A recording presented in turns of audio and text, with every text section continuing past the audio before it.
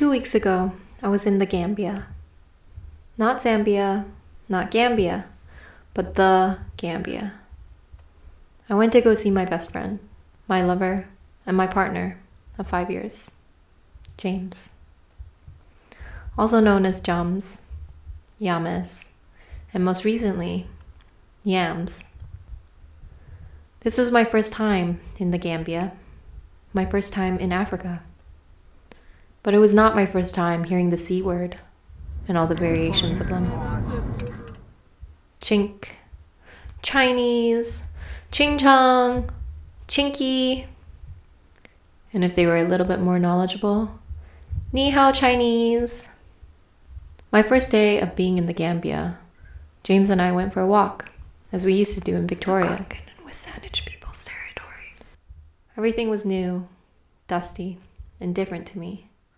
But there was also a sense of familiarity when I heard it. Chinese. Chink, hi. Ching chong, ni hao. We passed a group of young men and they called out to me. We ignored them. And then again. Chinese.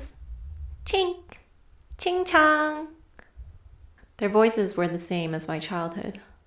This time it was from children, teens, and teenagers. I laughed and said, I'm not Chinese. And then louder, I'm not Chinese. We kept walking back to James's home. We didn't go for another walk. In the Gambia, during my 2 weeks with James, something unexpected happened. A terrorist attack at Christchurch Mosque in New Zealand. Over 50 people were killed. I was shocked. I didn't know how to process it. It was James's birthday. We continued celebrations. I met his coworkers, spent time with his family, but I kept thinking about the shooting. Hussein Al-Umari, New Zealand. Hamza Mustafa, Why New Zealand? Kamal It's supposed to be safe there. It's supposed to be the Canada to Australia, which is supposed to be the USA to New Zealand. Canada. It could have been Canada. It could have been somebody I knew. It could have been my friends' families. It could have been my friend. The tragedy brought me to this. This past year has been very important for me.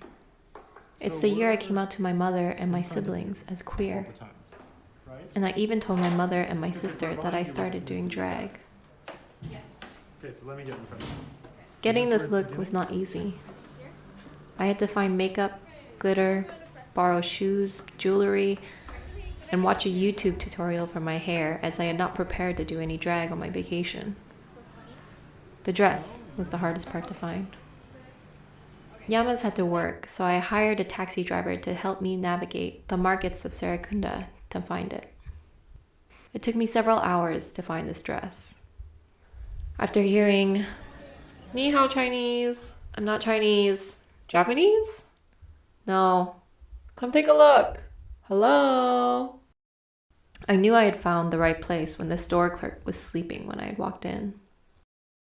This dress felt right. It called out to me. The yellow was perfect. I dedicated my performance to the man with yellow hair.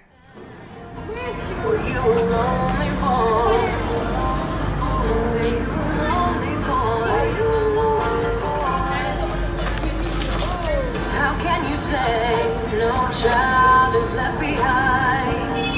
We're not dumb and we're not blind. They're all sitting in your cells while you pay the road to hell. What kind of father would take his own daughter's right away? During my visit with Yamas, I also got the opportunity to visit Senegal. We stayed at a penthouse with his family. I got the chance to finish a book that had been on my reading list for some time. But Africa, of course, owed us nothing.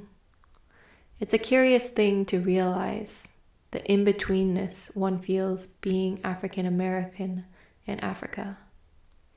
It gave me a hard to explain feeling of sadness, a sense of being unrooted in both lands. She eloquently explained how I felt living in Korea for the past year and a half as a Korean Canadian.